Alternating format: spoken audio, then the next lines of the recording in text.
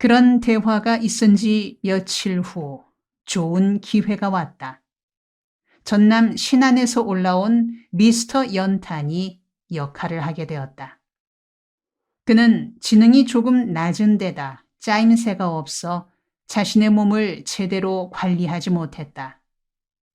그런 그가 감옥에 들어왔으니 아무도 도와주지 않았다. 그 해는 추위가 빨리 왔다. 감옥에서 겨울옷이 지급되기도 전에 기온이 이미 영하로 내려갔다.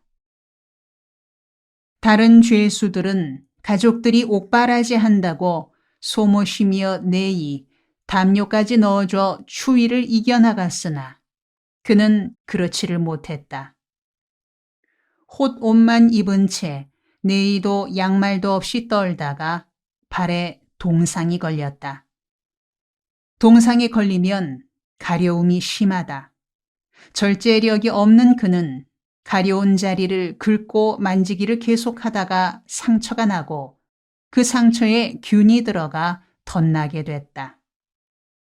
오른쪽 발가락부터 검은색을 띠기 시작하더니 발등이 부어오르는 증세가 심상치 않았다. 나는 염려스러워 병실에 가서 진찰을 받아보라고 일렀다.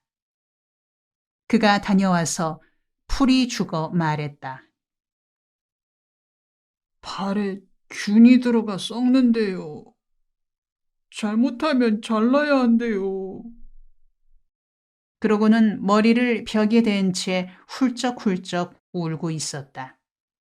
그러는 그가 불쌍했다. 두 다리를 가지고도 못 살아 감옥까지 들어왔는데 다리 하나를 자르고 어떻게 살겠는가 하는 마음이 들어 치료를 받을 수 있도록 도와야겠다고 생각했다. 그래서 내가 입고 있던 속옷을 벗어 입히고 내의와 양말 등을 나눠주고는 하루 3번씩 상한 다리를 마사지하며 기도했다. 따뜻한 물을 한 주전자 달라고 해서 수건을 적시고는 상처에 찜질을 하며 기도했다. 하나님, 이 젊은이를 도와주십시오. 이 다리를 자르지 않도록 치료해 주십시오. 하루 3번씩 그렇게 기도하기를 계속한 지 8일째 되니 상처 부위의 색깔이 변하고 있었다. 검은색을 띠고 있던 부분에 혈색이 돌기 시작했다. 나는 무언가 내부에서 변화가 있음을 느끼고 그에게 말했다. 이 사람아, 지금 피부 색깔이 달라지고 있어. 세포가 살아나고 있는 것 같아. 병실에 다시 가서 진찰해보게. 잘하면 다리를 살릴 수 있을 것도 같은데? 등을 때밀다시피 해서 병실로 보냈더니 2시간가량 지난 후 그가 돌아왔다. 그는 방에 들어와 아무 소리 없이 내 앞에 무릎 꿇고 앉더니 두 손을 바닥에 짚은 채 눈물만 줄줄 흘리고 있었다. 우리는 의아스러워 물었다. 왜 그래? 왜 말없이 울고만 있는가? 의사가 뭐라 그랬어? 다리 잘라야 한대? 그는 한동안 그러고 있더니 더듬거리며 말했다. 선생님, 고마워요. 내 다리 살았대요. 다리 안 잘라도 되겠대요. 선생님, 정말 고마워요. 그가 그렇게 말하며 눈물을 훔치니 방 식구들 모두가 환성을 질렀다. 야, 센데? 다리가 살아났다고! 2012번 센데? 들어올 때 개털인 줄 알았는데 지내보니 완전히 범털이잖아. 감옥에서는 약하면 개털이라 하고 세면 범털이라 불렀다. 개털보다 더 약하면 쥐털이라 하고 범털보다 더 세면 용털이라고 했다. 젊은이의 다리를 살려낸 것을 보고 방 식구들이 나를 범털로 인정한 것이다. 나는 그를 진심으로 위로해 주었다. 그런 일이 있은 날 오후부터는 방 분위기가 달라졌다. 싸움도 줄어들고 서로 위로하는 말이 늘어났다. 그날 밤 취침 나팔 소리를 들으며 잠자리에 들었다. 역시 모로 누워 칼잠을 청했다. 막 잠이 들려는 참에 내 곁에 누워있던 인천의 택시 아저씨가 말을 걸어왔다. 김 선생, 주무세요? 아니요, 아직 안 잡니다. 선생님하고 함께 있으니 배우는 게 많습니다. 그러세요? 저도 배우는 게 많습니다. 그런데요, 선생님. 처음 들어오셔서 한 말 기억나세요? 무슨 말인데요? 그 왜, 네 거, 내 거 따지지 말고 같이 쓰자고 했던 얘기 말입니다. 기억나고 말고요. 지금도 그렇게 하고 싶어 늘 기도하고 있습니다. 저도 생각을 해봤는데요. 까짓거 믿져야 본전이니까 한번 해보자는 생각이 드는데요. 선생님이 좋으시다면 저도 적극 호응하겠습니다. 나는 그 말에 벌떡 일어나 앉으며 말했다. 좋습니다. 쇳불은 단김에 빼랬다고 당장 시작합시다. 그 방의 다른 사람들은 이미 다 찬성하는 분위기였다. 제일 부자인 그만 반대하는 입장이었는데 젊은이의 다리 사건으로 자극을 받은 모양이었다. 그가 찬성하니 이제라도 당장 실천하는 것이 좋겠다는 생각이 들었다. 왜냐하면 밤사이에 또 생각이 변해 내일 아침이면 혹시 딴소리 하지 않을까 염려됐기 때문이었다. 아침에 가서 어제 저녁에는 잠결에 한 말이죠 하고 오리발을 내밀지도 모르니 말이 나온 김에 지금 당장 실천에 옮기는 것이 좋으리라 생각했다. 그래서 나는 잠자리에 든 방 식구들을 모두 깨웠다. 모두들 일어나세요. 자기 전에 해야 할 일이 있습니다. 모두들 잠이 들려던 참에 영문도 모르고 일어났다. 김 선생님, 왜 그러세요? 뭐 나쁜 일이라도 생겼나요?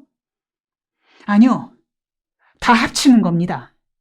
통장에 든 돈도 치약도 비누도 모두 합해 이제 한 형제로 한 살림을 사는 겁니다. 그리고 내 것부터 다 털어내놓으니 모두가 따라주었다. 그렇게 되니 다음 날부터 방 분위기가 달라졌다. 사람 사는 일에서 소유 관계가 바뀌면 인심이 바뀐다. 물질이 하나가 되면 마음이 하나로 모이게 되고 또 마음이 하나가 되면 물질도 하나로 모이게 된다. 그래서 다툼과 원망도 줄어들게 된다. 우리 7명은 한 부모 밑에서 자란 7형제처럼 되어 나이 순서대로 형과 동생을 정하고 화목한 분위기를 갖게 됐다. 단방 안에서 식구들 사이에 공동체가 형성된 후 싸움이 줄고 서로 위로하는 분위기로 바뀌어갔다. 그렇게 며칠이 지난 어느 날 절도범이 내게 요청했다. 선생님은 밤낮 성경을 보고 계시는데 혼자서만 보시지 말고 우리에게도 성경 이야기를 좀 해주시라요. 내게는 더없이 반가운 요청이었다. 나는 좌중을 돌아보며 물었다. 김 씨가 성경 이야기를 해달라고 하는데 어떠세요? 다른 분들도 원하십니까? 다 같이 원한다면 저는 좋습니다. 모두가 좋다고들 해서 나의 옥중 성경 강의가 시작됐다. 처음에는 주로 구약 성서에 나오는 쉽고 재미있는 이야기들로 시작했다. 삼손의 러브스토리, 소년 다윗이 적장 골리앗을 쓰러뜨린 이야기, 기돈 장군의 게릴라전 이야기, 다니엘 수상의 사자굴 이야기 등을 들려주었다. 그런 이야기를 듣는 중에 흥미가 끌리는지 그들은 바짝 다가앉으며 말했다. 성경 입하고 재밌수다. 삼국지 뺨치는구만요. 그러네요. 김 선생 성경은 다른 목사들 성경과 다르네. 옛날에 예배당 가서 들을 때는 그런 재미가 없었는데 김 선생 성경은 책이 다른가비요. 그들이 성경 이야기에 흥미를 나타내자 나는 조금씩 수준을 높여 성경 공부로 들어가도록 이끌었다. 10계명을 배울 때였다. 제5계명은 부모를 공경하라. 제6계명은 살인하지 말라. 한 계명씩 차근차근 설명해 나가다가 마지막 내 이웃의 것을 탐내지 말라는 10번째 계명에 이르자 절도범이 나서서 말했다. 김 선생, 이건 곤란한데요. 이건 빼고 9계명으로만 합시다. 그렇게 되면 우리 직업이 없어집니다. 그러자 다른 절도범도 맞장구를 쳤다. 그건 그려. 우리도 어엿한 직업이라고. 요즘 말로 물류업자라고. 밤에 부잣집에 들어가 남아도는 물건들을 가져다가 낮에 가난한 동네에서 쓰니까 그게 바로 경제의 흐름을 풀어주는 물류업자 아닌가? 이런 이야기들이 오고 가는 가운데 성경 공부를 하다가 일요일이 돼 주일 예배를 인도했다. 말하자면 옥중교회가 이루어진 셈이었다. 서로 이 말을 맞대다시피 하고 둘러앉아 설교를 시작했다. 신약성서 고린도후서 5장 17절을 본문 성경으로 읽고는 쉬운 예화를 들었다. 미국 어느 항구에 사고호란 별명을 가진 어선 한 척이 있었습니다. 그 배의 별명이 왜 사고호였느냐면 고기잡이 하러 나갈 때마다 사고를 저질렀기에 그런 이름이 붙은 겁니다. 어느 날 그 사고호가 고기잡이를 나갔다가 돌아오고 있었습니다. 사고호가 백고동을 울리며 항구 안으로 들어오자 주민들이 소리쳤습니다. 야! 사고호가 돌아오고 있다! 구경하러 가자! 이번엔 무슨 사고를 냈는지 보러 가자! 주민들이 선창가로 모여들었습니다. 사고호가 부두에 닻을 내리고 드디어 선원 한 명이 무태 올라왔습니다. 기다리고 있던 구경꾼들이 그에게 물었습니다. 여보게, 사고호 선원, 이번 출하에서는 무슨 사고가 났는가? 그러나 뜻밖에도 선원이 선뜻 말했습니다. 이번에는 사고가 없었습니다. 이 말에 모였던 주민들이 모두 의아해하며 되물었습니다. 아니, 사고호가 사고를 내고 돌아와야지 어찌 사고 없이 돌아왔단 말인가? 납득이 가지 않는 일인걸? 주민들이 이렇게 말하며 고개를 갸우뚱거리자 선원이 말했습니다. 예, 선장님이 바뀌었기 때문입니다. 이전에는 선장님이 사고 뭉치의 원인이었습니다. 바다에만 나가면 선장님이 술을 먹고 행패를 부리고 선원을 때리고 하여 사고가 그칠 날이 없었습니다. 그러나 이번에 새로 오신 선장님은 얼마나 좋은 분이신지 모든 선원한테 인정과 존경을 받아 아무 사고 없이 고기를 한 배 가득히 잡아가지고 돌아올 수 있었습니다. 이 이야기를 들은 주민들은 허참, 그거 참 좋은 소식일세. 선장한 사람 바뀌고 나니 사고호가 무사고호로 바뀌게 된 거로구먼 하며 흩어졌습니다. 이 이야기에서 우리가 배워야 할 점이 있습니다. 다름 아니라 선장을 바꾸는 일입니다. 우리는 우리 자신을 사고호에 비유할 수 있습니다. 내가 내 삶의 선장이 되어 가는 곳마다 하는 일마다 사고가 그칠 새 없었습니다. 그래서 이곳 감옥에까지 오게 되었습니다. 우리가 예수를 믿는다는 것은 마치 선장을 바꾸는 것과 같습니다. 사고호 신세가 되어버린 나를 예수를 새 선장으로 모시고 새 선장의 지도를 받아 살아보는 겁니다. 사고호가 무사고호로 바뀌게 되는 것이 바로 신앙생활입니다. 신약성서 고린도후서 5장 17절에 이렇게 쓰여 있습니다. 누구든지 그리스도 안에 있으면 새로운 피조물이라. 이전 것은 지나갔으니 보라, 새 것이 되었도다. 이 말씀이 바로 사고호 선장이 바뀌어 무사고호 새 배가 되었듯이 우리가 새 선장인 예수를 주인으로 모시고 살면 사고뭉치 인생이 새 사람으로 바뀐다는 뜻입니다. 이렇게 설교를 하고 찬송가 한 장을 함께 부르고는 헌금 드리는 순서가 있었다. 헌금이란 밖에서 건빵이나 영치금이 들어오면 10분의 1을 떼어 이웃방에 보호자 없는 가난한 죄수들을 도와주는 것이었다. 그야말로 성경적인 헌금이라 하겠다.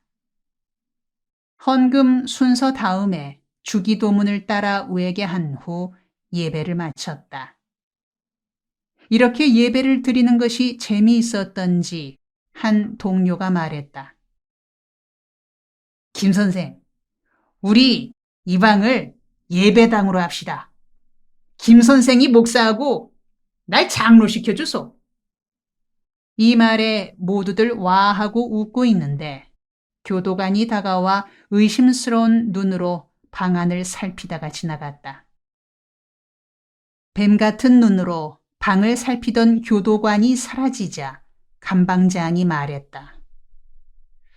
곧 눈알 굴리는 모양이 심상치 않구먼. 뭔 일이 있을 것 같은디? 그 말을 받아 다른 동료가 말했다. 아니, 예배 보고 웃고 하는 것이 무엇이 나빠서요? 일 생길 거 하나 없쇼. 예배 후에 그들은 느낀 바가 많다며 자주 예배를 드리자고 했다.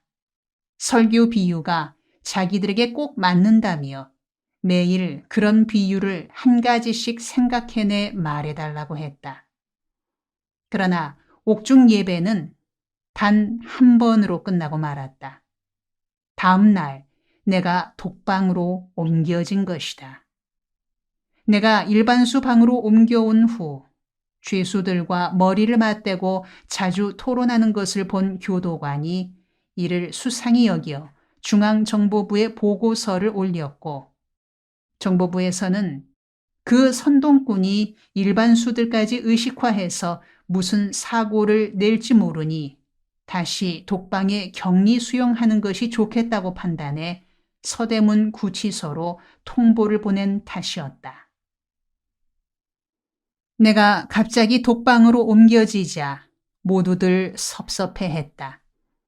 짧은 기간이었지만 정이 들어 눈물을 글썽이며 헤어짐을 아쉬워했다.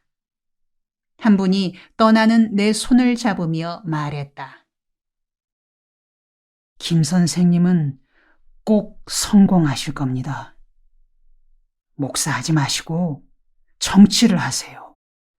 정치해서 우리 같은 백성들의 한을 풀어주는 일 좀 해주세요. 그가 왜 그런 생각을 하게 됐는지 물어볼 기회는 없었지만 워낙 진지하게 말하였기에 오랫동안 잊혀지지 않는다.